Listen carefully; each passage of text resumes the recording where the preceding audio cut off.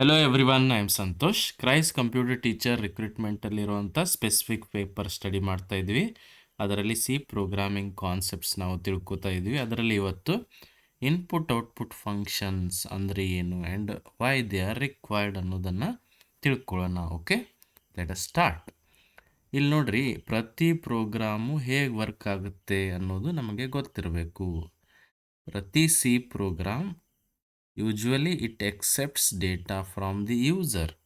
ಅಂದರೆ ಒಂದು program user ಕಡೆಯಿಂದ ಇನ್ಪುಟ್ಟನ್ನು ಎಕ್ಸೆಪ್ಟ್ ಮಾಡ್ತಾ ಇರುತ್ತೆ. ಆ್ಯಂಡ್ ಇವನ್ ಆಫ್ಟರ್ ಪ್ರೊಸೆಸ್ಸಿಂಗ್ ಆ ಪ್ರೋಗ್ರಾಮ್ ನಮಗೆ ರಿಸಲ್ಟನ್ನು ಕೊಡುತ್ತೆ. ಫಾರ್ ಎಕ್ಸಾಂಪಲ್, ನಮ್ಮ ಹತ್ರ ಕ್ಯಾಲ್ಕುಲೇಟರ್ ಇದೆ ಅಂತ ತಿಳ್ಕೊರಿ.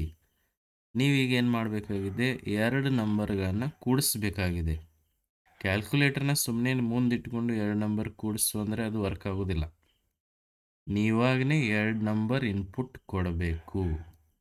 ಲೈಕ್ 2 ಅಂತ ಎಂಟರ್ ಮಾಡಬೇಕು, ಪ್ಲಸ್ ಪ್ರೆಸ್ ಮಾಡಬೇಕು, 3 ಅಂತ ಮತ್ತೆ ಎಂಟರ್ ಮಾಡಬೇಕು, ಈಕ್ವಲ್ ಪ್ರೆಸ್ ಮಾಡಬೇಕು. ಆವಾಗ calculator will produce you the result. Okay, ಅದೇ ಥರ ಪ್ರೋಗ್ರಾಮ್ ಕೂಡ it should be able to accept data from the user and it should display the result to the user. Program ಹೆಂಗಿರ್ಬೇಕಂದ್ರೆ user ಕೊಡ್ತಾ ಇರುವಂಥ ಡೇಟಾನ accept ಮಾಡ್ಕೋ ಹಾಗಿರಬೇಕು, ಆ್ಯಸ್ ವೆಲ್ ಆ್ಯಸ್ ರಿಸಲ್ಟನ್ನು ಡಿಸ್ಪ್ಲೇ ಮಾಡೋ ಹಾಗಿರಬೇಕು.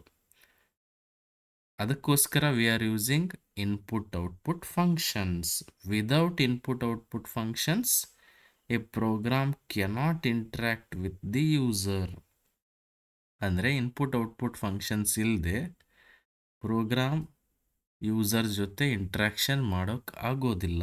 ಓಕೆ, ಹಾಗಂದರೆ ಇನ್ಪುಟ್ ಅಂದರೆ ಏನು? ಇನ್ಪುಟ್ ಅಂದರೆ ಏನು? It is the data entered by the user into the computer. ನಾವೇನು ಡೇಟಾ ಎಂಟರ್ ಮಾಡ್ತೀವೋ ಅದಕ್ಕೇನಂತಾರೆ, ಇನ್ಪುಟ್ ಅಂತ ಕರೀತಾರೆ. ಫಾರ್ ಎಕ್ಸಾಂಪಲ್, ನೀವು ATM ಅಲ್ಲಿ ಇದ್ದೀರಾ ಅಂತ ತಿಳ್ಕೊರಿ. ಅಲ್ಲಿ ಎಂಟರ್ ಪಿನ್ ಅಂತ ಇರುತ್ತೆ. ನೀವೇನು ಮಾಡ್ತೀರಿ, ಇನ್ಪುಟ್ ಕೊಡ್ತೀರಿ. Enter 4 digit pin, enter amount ಅಂತ ಇರುತ್ತೆ. ಅಲ್ಲಿಯೂ ಕೂಡ ನೀವು ಡೇಟಾ ಇನ್ಪುಟ್ಟನ್ನು ಕೊಡ್ತೀರಿ. ಈ ಇನ್ಪುಟ್ ಅದು ರಿಸೀವ್ ಮಾಡ್ಕೊಳ್ಳೇಬೇಕು, ಇಲ್ಲಾಂದರೆ you cannot provide the input.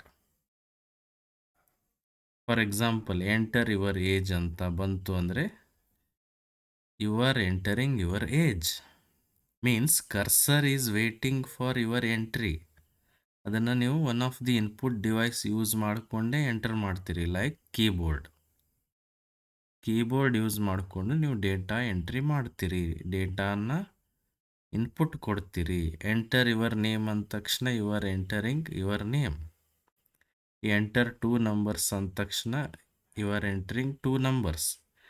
Enter 4 digit PIN ಅಂದರೆ ಸುಮ್ಮನೆ ನಿಂದರೂ ಆಗಿಲ್ಲ, you should enter the number and it is accepted by the program. Okay, got it?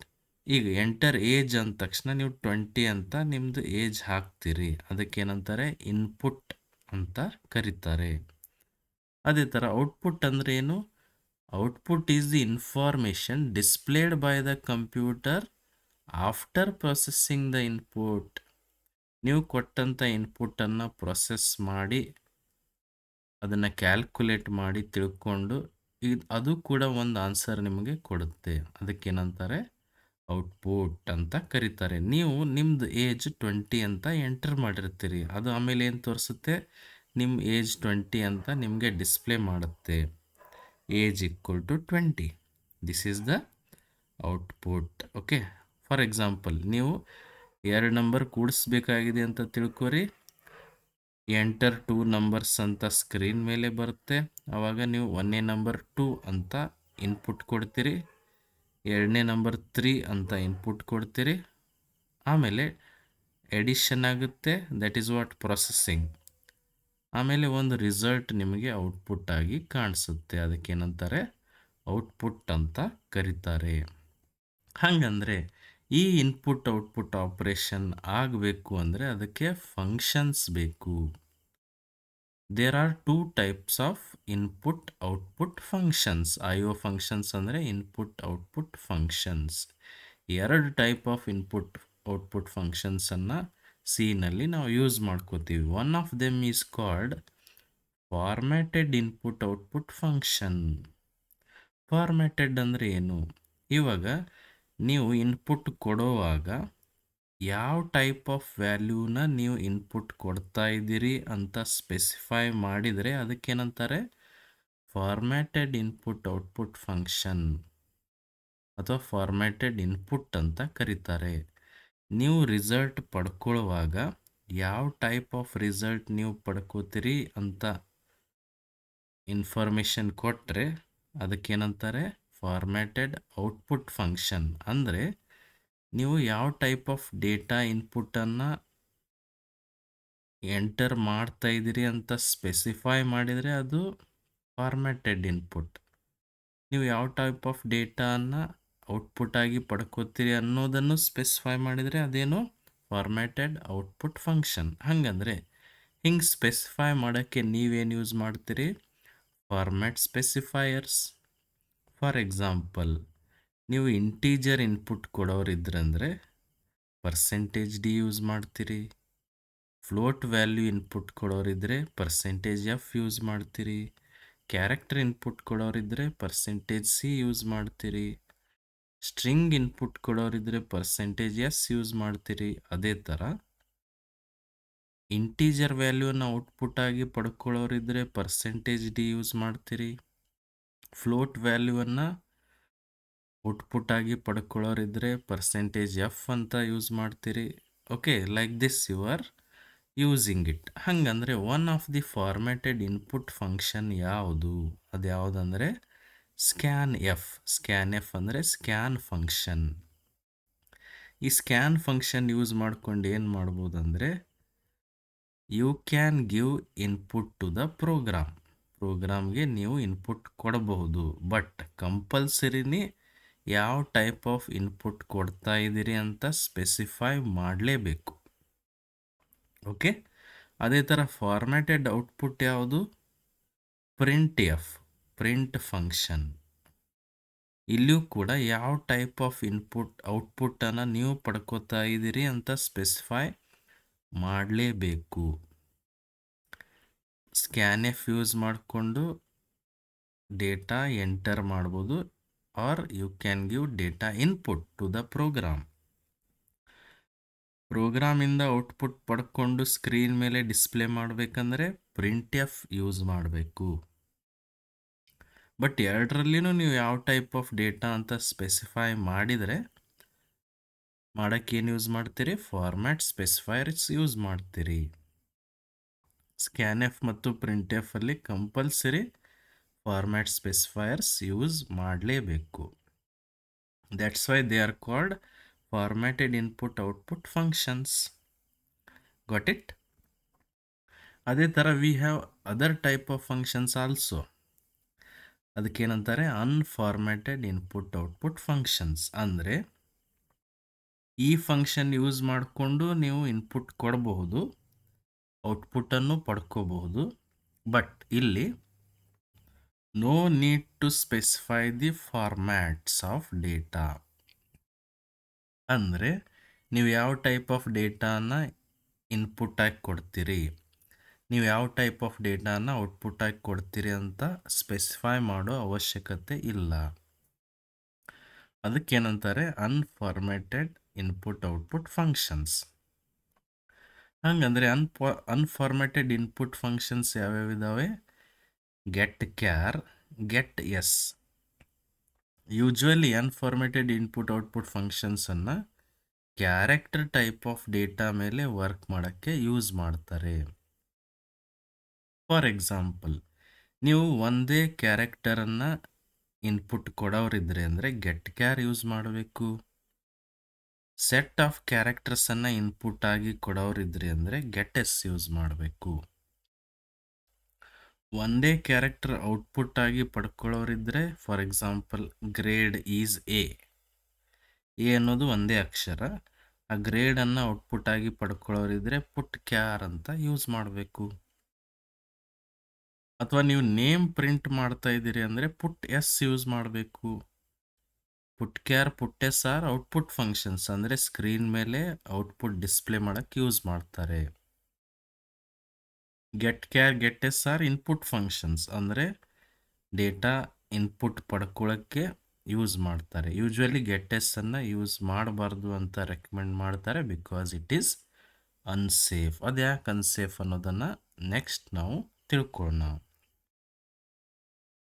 ಈಗ let us see what are formatted input output functions. Formatted input output functions ಅಂದರೆ ಏನು? They use format specifiers, correct? ಅಂದರೆ data input ಕೊಡೋವಾಗ compulsory ಯಾವ type of data input ಅಂತ ನೀವು ಹೇಳಲೇಬೇಕು.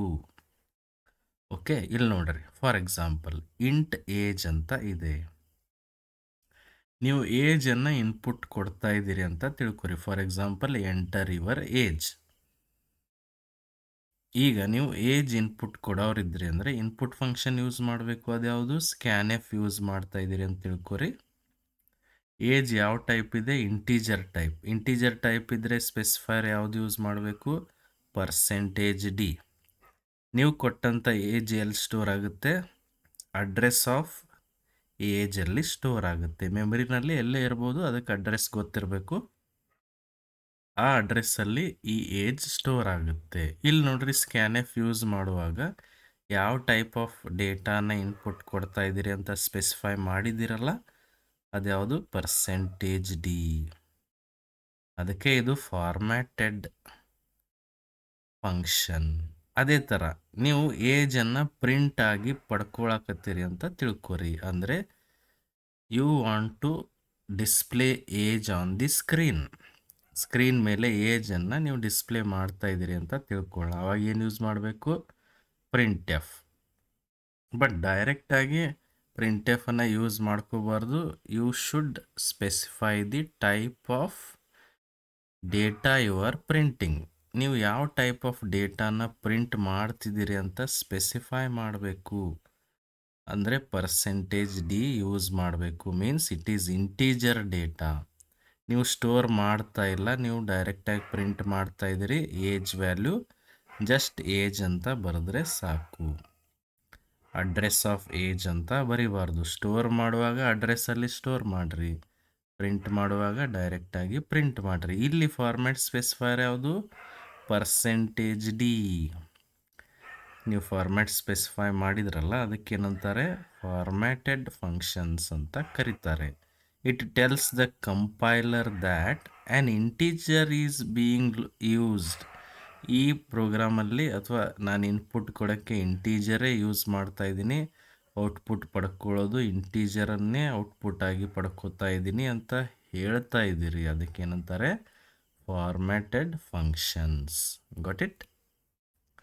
ಅದೇ ಥರ ಅನ್ಫಾರ್ಮ್ಯಾಟೆಡ್ ಫಂಕ್ಷನ್ಸ್ ಅಂದ್ರೇನು? They do not use format specifiers. ಎಲ್ಲೂ ಫಾರ್ಮ್ಯಾಟ್ ಸ್ಪೆಸಿಫೈಯರ್ಸ್ ಯೂಸ್ ಮಾಡೋದಿಲ್ಲ. ಫಾರ್ ಎಕ್ಸಾಂಪಲ್, ಒಂದು ವೇರಿಯೇಬಲ್ ಇದೆ ಸಿ ಎಚ್ ಅಂತ, which is of type character. Okay, ಅಂದರೆ ಸಿ ಎಚ್ ಒಳಗಡೆ ಒಂದು ಕ್ಯಾರೆಕ್ಟರ್ ನೀವು ಸ್ಟೋರ್ ಮಾಡ್ಬೋದು. ಒಂದು ಕ್ಯಾರೆಕ್ಟರ್ ಸ್ಟೋರ್ ಮಾಡೋಕ್ಕೆ ಯಾವ ಫಂಕ್ಷನ್ ಯೂಸ್ ಮಾಡ್ಬೋದು? Get char. ಅಂದರೆ ಕೀಬೋರ್ಡಿಂದ ಒಂದು ಕ್ಯಾರೆಕ್ಟರ್ ಇನ್ಪುಟ್ ನೀವು ಕೊಡಬಹುದು. ಆ ಇನ್ಪುಟ್ ಎದ್ರಾಗ ಸ್ಟೋರ್ ಆಗುತ್ತೆ? ಸಿ ಎಚ್ ಒಳಗಡೆ ಸ್ಟೋರ್ ಆಗುತ್ತೆ. For example, enter your grade ಅಂತ ಇದೆ ಅಂತ ತಿಳ್ಕೊರಿ. ಆವಾಗ ನೀವು ಗೆಟ್ ಕ್ಯಾರ್ ಯೂಸ್ ಮಾಡ್ತೀರಿ. ಗ್ರೇಡ್ ಎ ಅಂತ ಹಾಕಿದರೆ ಆ ಎ ಅನ್ನೋ ಗ್ರೇಡ್ ಎಲ್ಲಿ ಸ್ಟೋರ್ ಆಗುತ್ತೆ? ಸಿ ಎಚ್ ಒಳಗಡೆ ಸ್ಟೋರ್ ಆಗುತ್ತೆ. ಇಲ್ಲಿ ಎಲ್ಲಾದರೂ ನೀವು ಫಾರ್ಮ್ಯಾಟನ್ನು ಸ್ಪೆಸಿಫೈ ಮಾಡಿದ್ದೀರಾ? ಇಲ್ಲ. ಕರೆಕ್ಟ್? ಈಗ if you want to print that character, ಏನು ಗ್ರೇಡ್ ನೀವು ತೊಗೊಂಡಿದ್ದೀರೋ ಅದನ್ನು ಸ್ಕ್ರೀನ್ ಮೇಲೆ ಪ್ರಿಂಟ್ ಮಾಡಬೇಕಂದ್ರೆ ನೀವು ಪುಟ್ ಕ್ಯಾರ್ ಯೂಸ್ ಮಾಡ್ಬೋದು. ಆ ಗ್ರೇಡ್ ಎದ್ರಾಗ ಸ್ಟೋರ್ ಇತ್ತು? ಸಿ ಎಚ್ ಒಳಗಡೆ. Directly you are printing it. ನೀವೇನಾದರೂ ಇಲ್ಲಿ ಯಾವುದಾದ್ರೂ ಫಾರ್ಮ್ಯಾಟ್ ಸ್ಪೆಸಿಫೈಯರ್ ಯೂಸ್ ಮಾಡಿದ್ದೀರಾ? ಇಲ್ಲ. ಅದಕ್ಕೆ ಏನಂತಾರೆ? Unformatted functions. ಕರೆಕ್ಟ್? ಇಲ್ಲಿ ಎಲ್ಲೂ ಪರ್ಸೆಂಟೇಜ್ ಸಿ ಅನ್ನೋದು ಯೂಸ್ ಮಾಡಿಲ್ಲ. Directly you are using them. Got it? ಹಂಗಂದ್ರೆ let us see the difference between input and output. Input ಅಂದ್ರೇನು? Data entered by the user. Output ಅಂದ್ರೇನು? Information displayed to the user. Input ಅಂದ್ರೇನು? It is received by the computer. Output ಅಂದ್ರೇನು? Sent by the computer. Commonly ಒಂದು input ಡಿವೈಸ್ನ input statement ಯಾವ್ದು use ಮಾಡ್ತೀವಿ? Scan F. ಅದೇ ಥರ ಔಟ್ಪುಟ್ ಫಂಕ್ಷನ್ ಯಾವ್ದು ಯೂಸ್ ಮಾಡ್ತೀವಿ? Print F. Got it? ಹಂಗಂದ್ರೆ let us see the difference between formatted and unformatted. Formatted ಅಂದ್ರೇನು? It uses the format specifiers. ನಾ ಮೊದಲೇ ಹೇಳಿದ್ದೆ, ಇಲ್ಲಿ ಫಾರ್ಮ್ಯಾಟ್ ಸ್ಪೆಸಿಫೈಯರ್ಸ್ ಯೂಸ್ ಮಾಡಲೇಬೇಕು. ಬಟ್ ಅನ್ಫಾರ್ಮ್ಯಾಟೆಡಲ್ಲಿ it doesn't uses any format specifiers. ಆಮೇಲೆ ಎಕ್ಸಾಂಪಲ್ಸ್ ಕೂಡ ನೀವು ಕೊಡ್ಬೋದು. ಫಾರ್ಮ್ಯಾಟೆಡ್ ಇನ್ಪುಟ್ ಫಂಕ್ಷನ್ ಯಾವುದು? Scan F. Formatted output function ಯಾವುದು? Print F. ಆಮೇಲೆ ಫಾರ್ಮ್ಯಾಟೆಡ್ ಔಟ್ಪುಟ್ ಫಂಕ್ಷನ್ಸ್ ಯಾವ್ಯಾವು? Put char, put S. ಪುಟ್ ಅಂದರೆ ಪುಟ್ the character on the screen. Put the string on the screen. ಅದೇ ಥರ ಗೆಟ್ ಕ್ಯಾರ್ ಅಂದ್ರೇನು? ಗೆಟ್ ದಿ ಕ್ಯಾರೆಕ್ಟರ್ ಅಂದರೆ ಕೀಬೋರ್ಡಿಂದ ಒಂದು ಕ್ಯಾರೆಕ್ಟರ್ ನಾವು ಹಾಕಬೇಕು. ಇಲ್ಲಿ ಗೆಟ್ ಎಸ್ ಅಂತ ಆಗಬೇಕು. ಗೆಟ್ ಎಸ್ ಅಂದ್ರೇನು? Get the string. ಕೀಬೋರ್ಡಿಂದ ಒಂದು ಸ್ಟ್ರಿಂಗ್ ಎಂಟರ್ ಮಾಡ್ರಿ ಅಂತ ಅರ್ಥ. ಓಕೆ, ಇದು ಗೆಟ್ ಎಸ್. Got it? ಇಲ್ಲಿ ಫಾರ್ಮ್ಯಾಟೆಡ್ ಇನ್ಪುಟ್ ಔಟ್ಪುಟ್ ಫಂಕ್ಷನ್ಗಳನ್ನು ಯಾವ ಬೇಕಾದ ಟೈಪ್ ಆಫ್ ಡೇಟಾ ಯೂಸ್ ಮಾಡೋಕ್ಕೆ ನೀವು ಇದನ್ನ ಯೂಸ್ ಮಾಡ್ಕೋಬಹುದು. ಅಂದರೆ it is used for different data types. It is not stick to only integer, float ವ್ಯಾಲ್ಯೂಗೆ ಅಷ್ಟೇ ಯೂಸ್ ಮಾಡಬೇಕಂತೇನಿಲ್ಲ. ಎಲ್ಲ ಟೈಪ್ ಆಫ್ ಡೇಟಾ ಇನ್ಪುಟ್ ಕೊಡೋಕ್ಕೆ, ಎಲ್ಲ ಟೈಪ್ ಆಫ್ ಡೇಟಾ ಔಟ್ಪುಟ್ ಪಡ್ಕೊಳ್ಳೋಕ್ಕೆ ಫಾರ್ಮ್ಯಾಟೆಡ್ ಫಂಕ್ಷನ್ಸ್ ಯೂಸ್ ಮಾಡ್ಬೋದು. ಬಟ್ ಅನ್ಫಾರ್ಮ್ಯಾಟೆಡ್ ಫಂಕ್ಷನ್ಸ್ ಯೂಶ್ವಲಿ ಯಾವುದಕ್ಕೋಸ್ಕರ use ಮಾಡ್ತಾರೆ? Character type of data ಇದ್ದರೆ ಅನ್ಫಾರ್ಮ್ಯಾಟೆಡ್ ಫಂಕ್ಷನ್ಸ್ಗಳನ್ನು ಯೂಸ್ ಮಾಡ್ತಾರೆ. ಓಕೆ, ಹಂಗಂದರೆ ಯಾವ್ಯಾವ ಫಂಕ್ಷನ್ನು ಎದಕ್ಕೆ ಯೂಸ್ ಮಾಡ್ತಾರೆ ಅಂತ ಇಲ್ಲಿ ನೋಡೋಣ. ಪ್ರಿಂಟ್ ಎಫ್ ಅಂದರೆ ಆಲ್ರೆಡಿ ಗೊತ್ತಿದೆ. It displays formatted output. Scan F ಅಂದರೆ ಇಟ್ ಅಕ್ಸೆಪ್ಟ್ಸ್ ಅಥವಾ receives formatted input. Get char ಅಂದ್ರೇನು? ಒಂದು ಸಿಂಗಲ್ ಕ್ಯಾರೆಕ್ಟರ್ ಇನ್ಪುಟ್ ಕೊಡೋಕ್ಕೆ, ರೀಡ್ ಮಾಡೋಕ್ಕೆ ಯೂಸ್ ಮಾಡ್ತಾರೆ. ಪುಟ್ ಕ್ಯಾರ್ ಅಂದ್ರೇನು? ಒಂದು ಅಕ್ಷರನ ಸ್ಕ್ರೀನ್ ಮೇಲೆ ಪ್ರಿಂಟ್ ಮಾಡೋಕ್ಕೆ ಪುಟ್ ಕ್ಯಾರ್ ಯೂಸ್ ಮಾಡ್ತಾರೆ. ಗೆಟ್ ಎಸ್ ಅಂದ್ರೇನು? ಸ್ಟ್ರಿಂಗನ್ನು ಇನ್ಪುಟ್ ಕೊಡೋಕ್ಕೆ ಯೂಸ್ ಮಾಡ್ತಾರೆ. ಪುಟ್ ಎಸ್ ಅಂದ್ರೇನು? ಸ್ಟ್ರಿಂಗನ್ನು ಸ್ಕ್ರೀನ್ ಮೇಲೆ ಪ್ರಿಂಟ್ ಮಾಡೋಕ್ಕೆ ಯೂಸ್ ಮಾಡ್ತಾರೆ. Got it? ಅರ್ಥ ಆಯ್ತಲ್ಲ? If you have any questions regarding this, you can comment, and if you are new to the channel, please subscribe and share the video. Thank you.